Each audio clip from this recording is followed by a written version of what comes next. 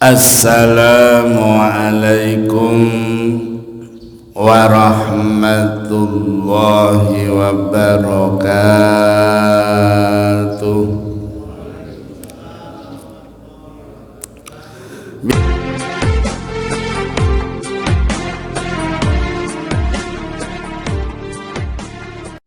Bismillahirrahmanirrahim. Alhamdulillah,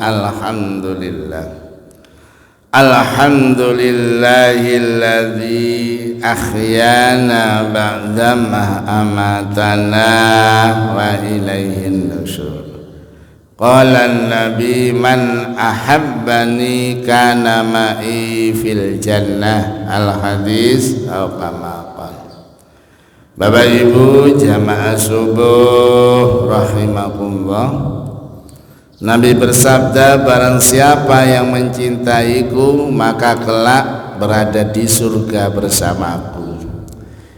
Barang siapa yang mencintaiku maka kelak berada di surga bersamaku. Jadi siapa yang cinta kepada Nabi maka nanti akan ditunggu di surga. Bukti cinta kepada Nabi adalah pertama, perbanyak baca sholawat. Kedua adalah menjaga warisannya. Nah, warisannya itu ada 3. Pertama adalah Al-Quran, kedua Al-Hadis. Kemarin sudah kita bahas tentang Al-Quran, pahala membaca Quran, tingkatan-tingkatan untuk mempelajari Al-Quran. Kemudian sudah kita bahas tentang hadis, yaitu ucapan, perbuatan, ketetapan dan cita-cita Nabi. Itu semuanya harus kita lakukan. Yang tidak boleh dilakukan itu hanya hadis palsu. Selain hadis palsu itu boleh dilakukan. Gimana contohnya hadis palsu itu?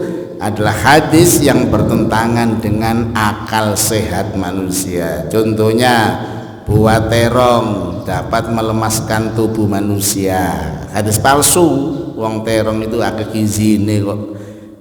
Kemudian menyebabkan lemas. Ini kan hadis palsu, bertentangan. Jadi hadis palsu itu pasti bertentangan dengan akal. Selain hadis palsu itu boleh kita lakukan. Nah, zaman akhir ini orang menggepung-gepung, ini hadisnya apa, hadisnya apa. Jadi hadis itu bisa dites dengan akal sehat dan Al-Quran. Bagi ini kita bahas warisan yang ketiga yang kita jaga. Apa warisan Nabi? Al-ulama warathatul anbiya. Kata Nabi, para ulama itu adalah warisan para nabi. Nah, jadi kita harus mengikuti ulama, memuliakan ulama. Tanpa ada ulama kita nggak bisa sholat, karena yang membawa risalah dari Nabi turun temurun itu adalah ulama, ustadz, dan mengajarkan kepada kita. Di dalam keterangan kitab-kitab klasik, ulama itu ada yang tidak boleh diikuti, namanya ulama su, ulama yang jahat. Siapa ulama su itu? Ulama yang perilakunya bertentangan dengan Al-Quran dan hadis. Itu testernya. Ulama yang bertentangan dengan Al-Quran dan hadis. Contoh, ada ngaku ulama kemudian membid'ah-bid'ahkan orang Islam, menuduh orang Islam bid'ah, kafir, neraka. Ini nggak boleh diikuti. Wong ngaku ulama, ngaku ustadz, kemudian menuduh sesama Islam itu kufur, syirik, bid'ah.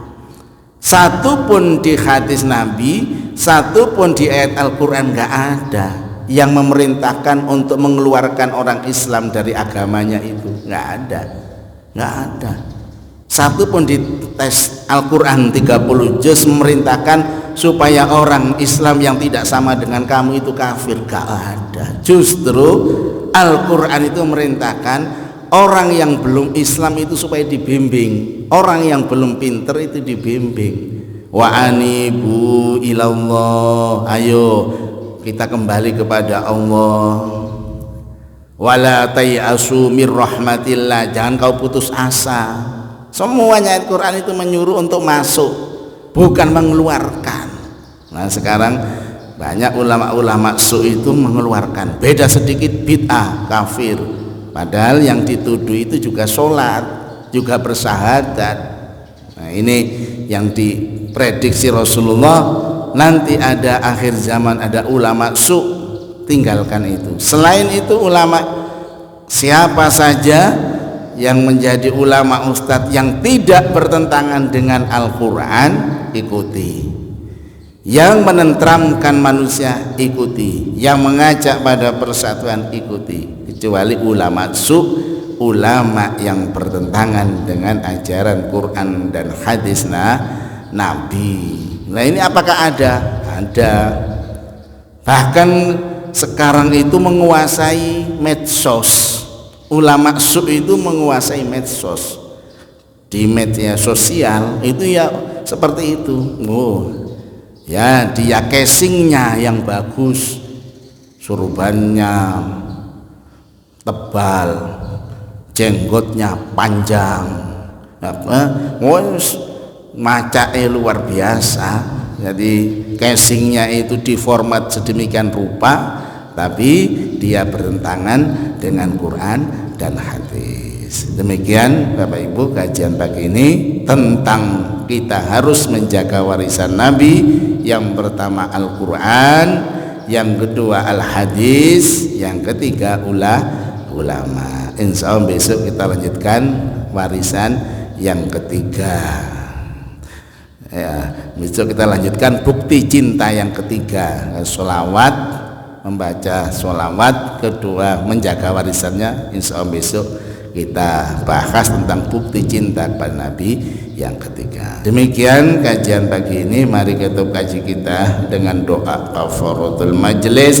Subhanakallahumma wa bihamdika asyhadu an la ilaha illa anta astaghfiruka wa atubu ilaik. Alhamdulillahi rabbil alamin. Alhamdulillahi rabbil alamin.